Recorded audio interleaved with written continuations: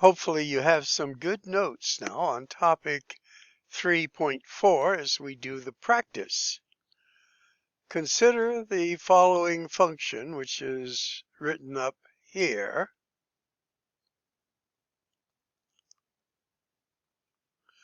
Which graph do you think is represented by this function? Well, notice it's in y equals mx plus b form.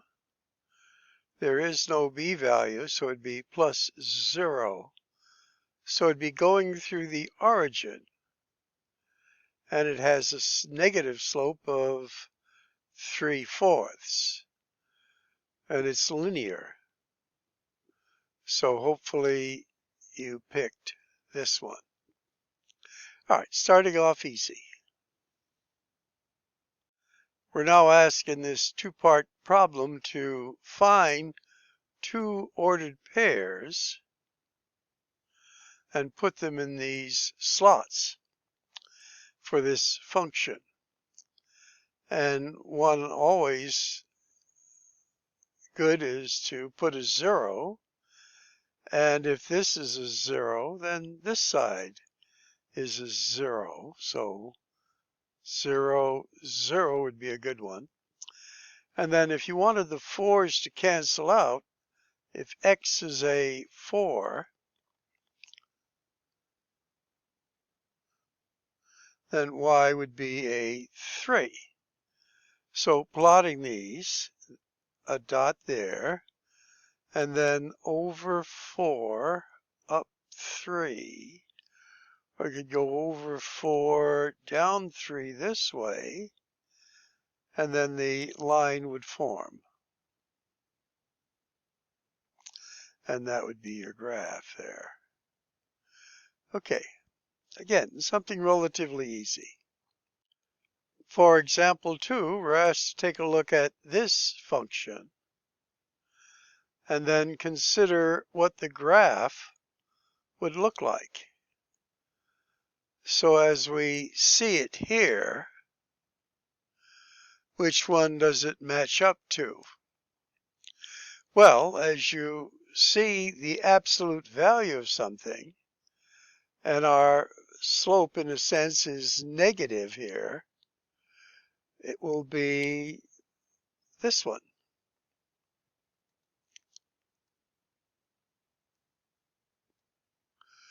And again, we're asked to have 2 points and plot the graph. So let's do that. So 0, 0, we know this is going to be 1 point, but let's pick 2 others. And since we want the 10's to cancel out, let's put a negative 10 there and a positive 10 there. So the absolute value of 10 is going to be 10, so these cancel out, so this is going to be a negative 3. And if this were a positive value of 10, again, that would end up being a positive, it would be a negative 3. So you see you're going to get quite a spread here. So if x is 10, negative 3 is there, and positive 3 is there. So our lines look like this. So again, this was the relative shape of the graph when our slope is negative and its absolute value. All right, let's go on. Going on to example 3. This is a piecewise defined function in which you have the series of functions and they're restricted by this. So step 1, evaluate this function if x equals 8. Now I inadvertently put a negative there, but it should be a positive. And let's see the thinking behind this. So if x is a positive 8, in which of these restrictions would we find it? Here they're saying x is less than 4, so that one's out. Here x is greater or equal to 4, so this is where we would find this, and our function would be then negative, it is a positive 8, would become a negative 8 plus 1 would be a negative 7 as our ordered pair. Now, that would be this part, and that would be put in separately. They're now asking you to find 2 points to plot, let's say, this particular line, and then later we'll do this one here. Keeping in mind we need to use an open circle to anchor this, and here a closed circle because of the inequality sign. So we'll give you some time. You work it. I'll work it on my end, and then we'll see what we get.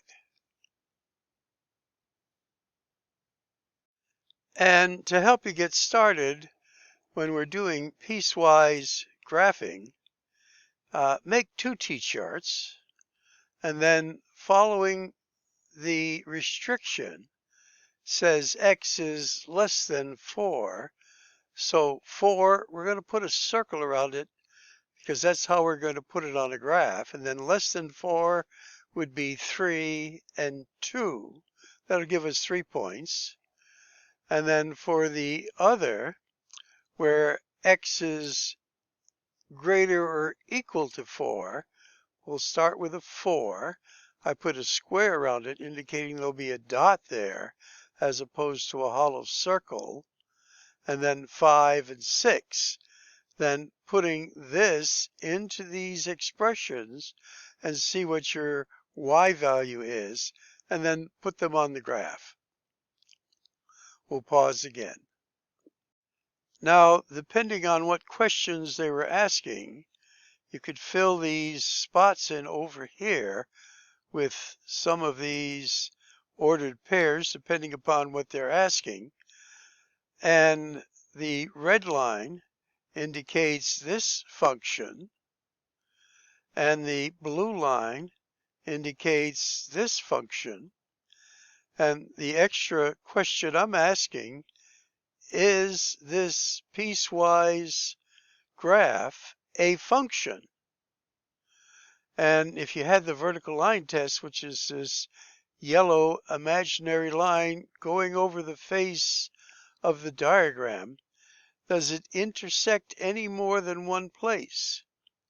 Well, again, over here it looks like it's intersecting in 2 places, but no, since here the hollow, which is for a positive 4, is not on the red, but only on the blue, so it is a function intersecting in only one place. And this is what we have for this example.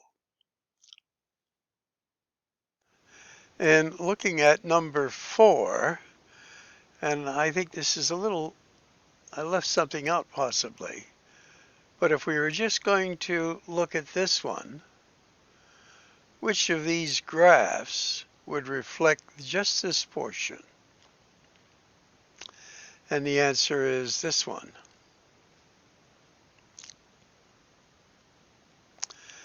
But if we were to put some values now, and well, before we do that, let's say, what would this graph look like? Well, again, this one, I'm going to go back to red here, is in slope-intercept form in a sense. A little sketch over here. Our x is, let's say, it's going to go through the origin since there's no b value, and then if x is a 4, here the 4's cancel out, so our y value would be -3.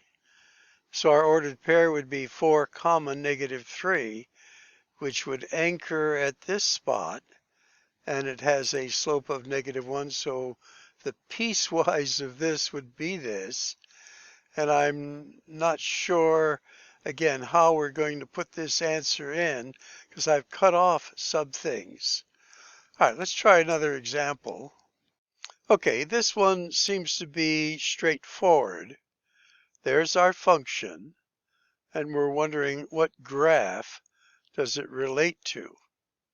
Well, notice our exponent is in the denominator here, so it's going to be one that we've picked out before because that was in the denominator. So this would be the answer.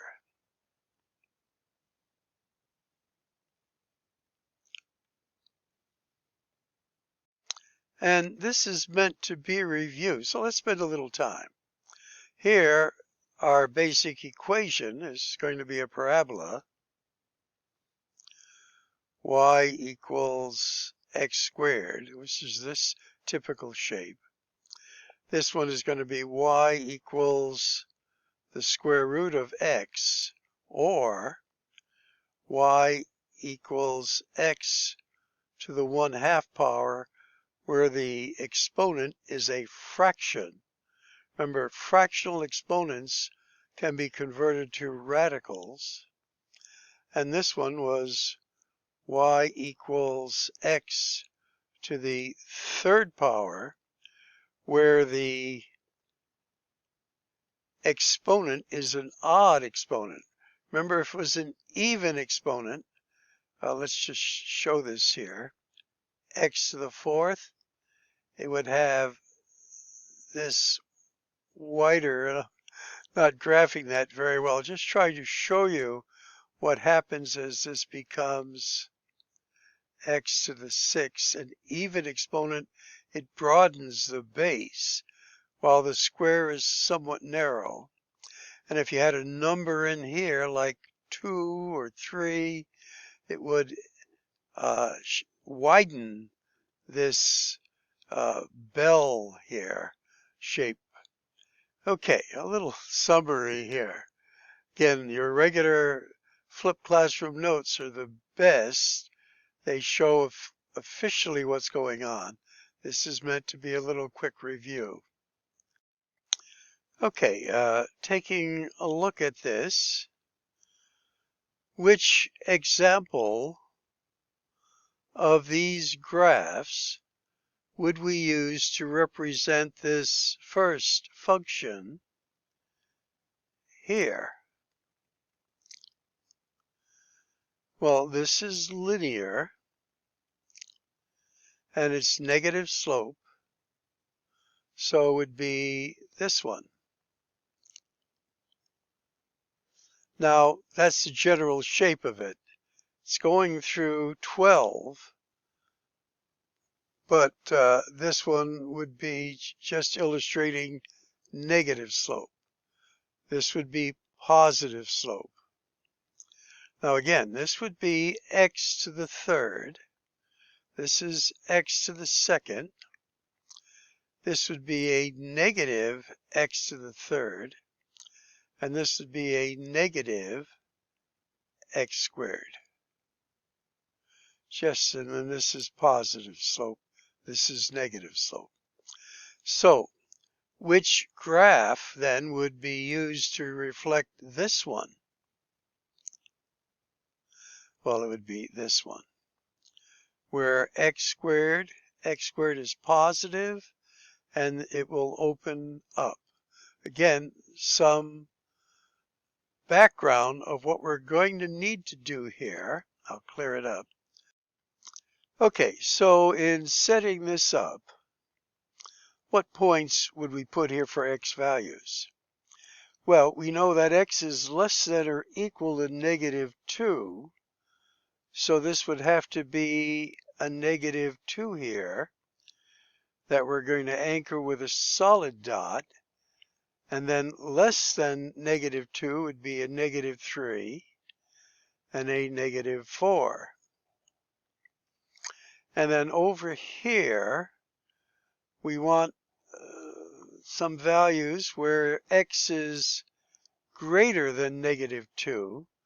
So for our negative 2, we're going to put a circle around it to indicate it's not going to be included in the set, but that's where we anchor it. So greater than negative 2 would be a negative 1, and let's say a 0.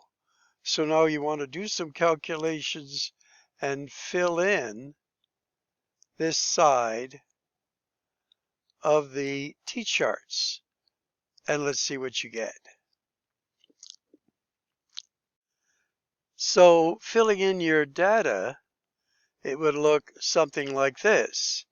If x is a negative 2, negative 6 times negative 2 is a positive 12, and a negative 12 is 0.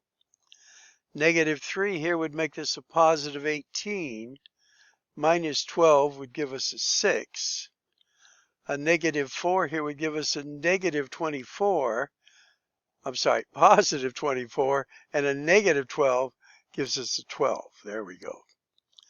Now, if this is a negative 2 that we're going to square, that's a 4.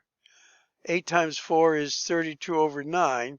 That reduces to this decimal, approximating to 1 decimal place.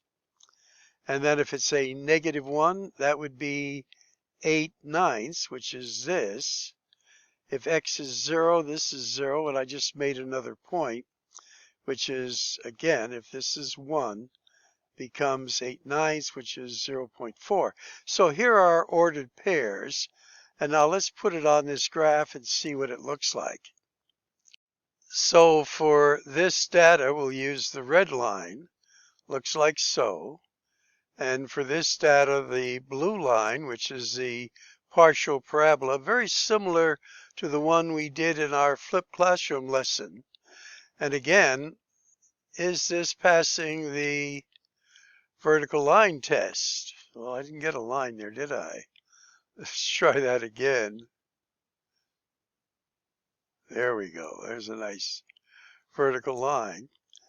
As we move this line over the graph, does it intersect more than one place? No. Here it's close, but again, this is a hollow, and this is a solid dot. So this is a function. Okay, hopefully you're catching on, and one more to go. As mentioned on these, I just select some practice randomly. So if this were a graph where it was f of x is equal to the square root of x, what would this graph look like? Well, we had said it would look like this. But now it's a negative. So with a negative part here, we're going to say instead of on top, it's going to look like this. So again, going into an example, you have some background and sort of know what you're going to expect. So we want to make a t-chart here and plot some points. And, we're going to get 0. And if this is a 0, all of this becomes a 0. So we won't use that, but we know it's going to start there. And if we want our work to be rather easy, let's use perfect squares here. Perfect square of 1. If this is a 1, then the square root of 1 is 1, and this becomes a negative 5/8. Now, if this is a 4, then the square root of 4 is 2. 5 times 2 is 10, so negative 10. This would be like a negative 1.25. And we can put one other in here, 9, just to give us a few more points. Now they're only asking for 2, so we've put more than 2 here. If it's, say, 9, then this is a 3. And then 5 times 3 is 15. This is a negative, I'll leave it in its fraction form, negative 15/8, which I'll get a decimal here in a moment. Okay, so it's approximately 1.9 here. So let's plot these. 0, 0 we have. 1, a negative 5/8. So 1, negative 5/8 is about there. 4, a negative 1.25. So there's 4, 1.25, about there. And then 9, 1.9 is about there. So our curve, if I can sketch that, is about, oh, I'm off on that last one. But you see it's of this form. So knowing what an idea starting off would look like, then you see what you have. Okay, this will wind it up. You'll have your own practice. Hopefully this was helpful, and good luck.